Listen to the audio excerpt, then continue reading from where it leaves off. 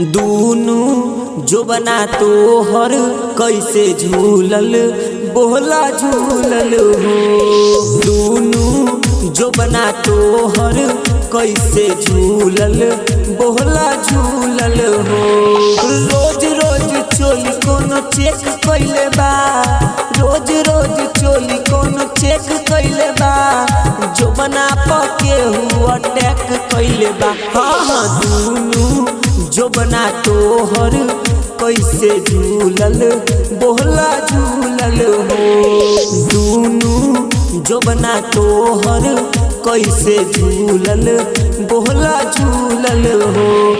रोज रोज चोली कोनो चेक कइले बा, जो बना पके हुआ अटैक कइले बा। आए है दूनु जो बना तोहर कैसे झूलल बोला झूलल हो।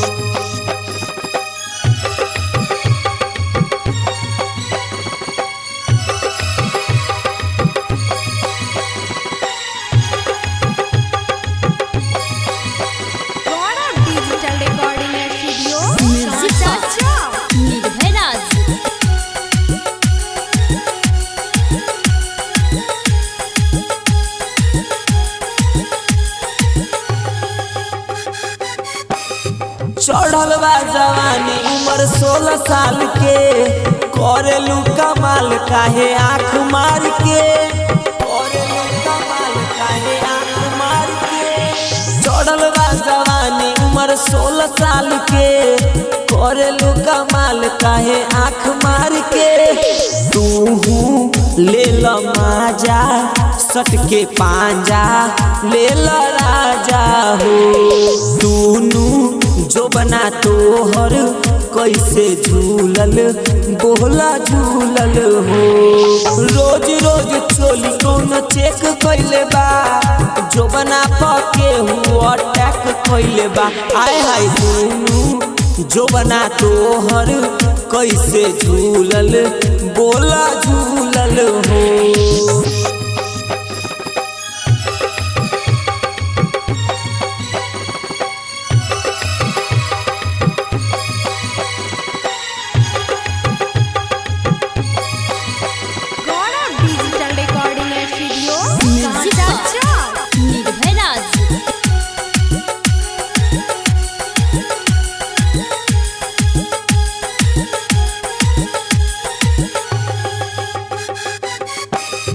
तोहरे होला चर्चा हमरा गाँव जवार में, मिले जालू यरवा संगे तू बाजार में, मिले जालू यरवा संगे तू बाजार में। तोहरे होला चर्चा हमरा गाँव जवार में, मिले जालू यरवा संगे तू बाजार में।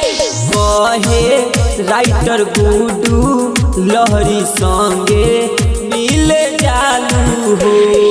दूनु जो बना तोहर कैसे झूलल बोला झूलल हो। रोज रोज चोली कोनो चेक कइले बा, जो बना पके हुआ अटैक कइले बा। आए हाय दूनु जो बना तोहर कैसे झूलल बोला झूलल हो।